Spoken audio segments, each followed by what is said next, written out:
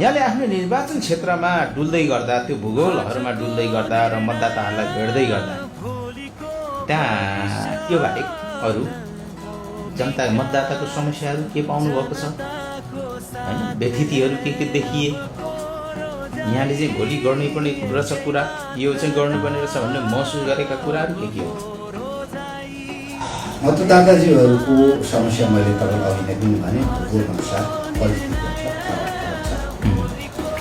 ग्रामीण समुदायहरूको समस्या फरक छ जस्तो कृषिको कुराहरू छ उहाँहरू आफ्नो कृषि उत्पादनको बजारीकरण चाहनुहुन्छ हामीले त्यो गर्न सकिरहेका छैनौँ त्यसलाई हामीले गर्नेछ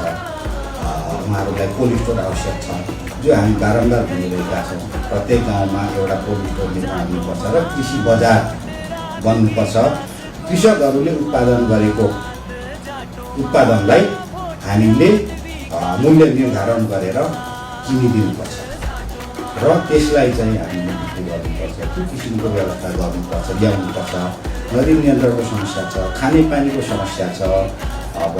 नदी नियन्त्रण भन्न आएछ नदी कटानको समस्या छ खानेपानीको समस्या छ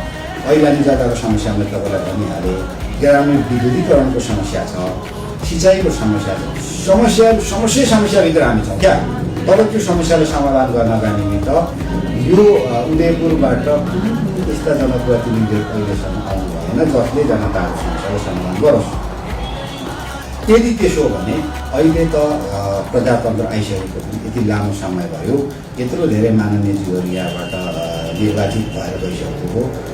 कुनै न कुनै एउटा समस्याको समाधान गर्ने